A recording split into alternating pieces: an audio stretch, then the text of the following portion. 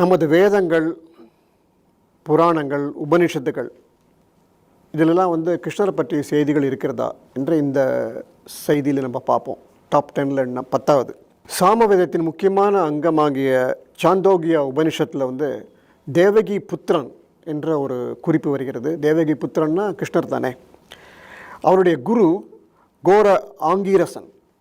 கோர ஆங்கீரசன் தேவகி புத்திரனுக்கு பாடம் எடுத்ததாகவும் அந்த பாடம் எடுத்தவுடன் எல்லாமே மாறிவிட்டது, அதாவது ஒரு பெரிய ஒரு என்லைட்மெண்ட் வந்தது என்ற ஒரு குறிப்பு சாந்தோக்கிய உபனிஷத்தில் இருக்கிறது. இது பற்றி ஆராய்ச்சி குறிப்புகள் நிறைய யாருமே எழுதலை. இதை பற்றி ஃபர்தராக ரிசர்ச் பண்ணால் தான் சாந்தோக்கிய உபனிஷத்து கிட்டத்தட்ட கீதையில் சொல்லப்பட்ட அத்தனை நாம்சம் அதில் இருக்கிறதா என்று சிலர் சொல்கிறார்கள். அதில் ரிசர்ச் ஒன்று ஃபர்தராக செய்யணும். அதே மாதிரி தைத்திரிய அரண்யகத்தில் வாசுதேவன் கடவுள்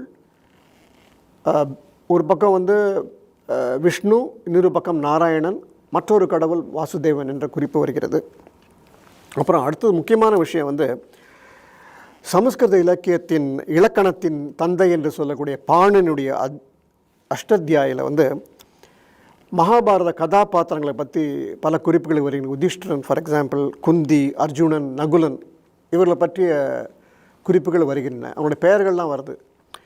ஏன்னு கேட்டிங்கன்னா, அந்த காலத்தில் மகாபாரத கதாபாத்திரங்கள் ரொம்ப பாப்புலர் இருந்ததுனால தான் பாணினி தன்னுடைய இலக்கணத்தில் இந்த பெயர்கள்லாம் அவர் குறிப்பிட்டிருக்காருன்னு தான் ஆராய்ச்சியாளர்கள் சொல்கிறார்கள். அப்படின்னா மகாபாரதம் பாணினிக்கு முன்பாகவே பிரபலமாக இருக்க வேண்டும் என்பது இஸ் அண்டர்ஸ்டுட். அதே மாதிரி பச்சந்தலி எழுதிய மகாபாஷ்யத்தில் கம்சவதம் பற்றிய ஒரு குறிப்பு இருக்கிறது. பதஞ்சலி எழுதிய மகாபாஷ்யம். கம்சவதம் அப்படின்னாலே நமக்கு தெரியும், கிருஷ்ணர் தான் கம்சனை வதம் செய்தார் என்று.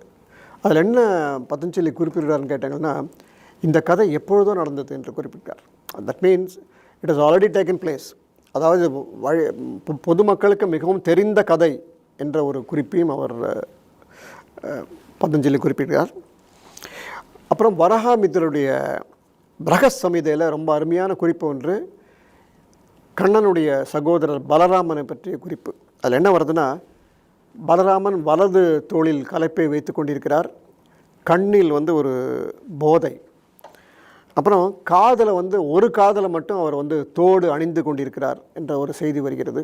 ரொம்ப அபூர்வமான ஒரு செய்தி வராஹமித்திரருடைய பிரகத் சமிதையில். ஏன்னு கேட்டிங்கன்னா, இன்றைக்கி நம்ம பல இளைஞர்களை பார்க்குறோம், அவங்க ஒரு காதில் தான் தோடு போட்டிருப்பாங்க. இது என்ன நியூ ஃபேஷன்னு சொல்லுவோம். நியூ ஃபேஷன்லாம் இல்லை. 5000 ஆண்டுகளுக்கு முன்பாகவே பலராமன் இப்படி தான் இருந்தார் என்பதற்கான ஆதாரம் நமக்கு கிடைத்துள்ளது. இந்த மாதிரி பல ஆதாரங்கள் நம்ம தேடலாம்.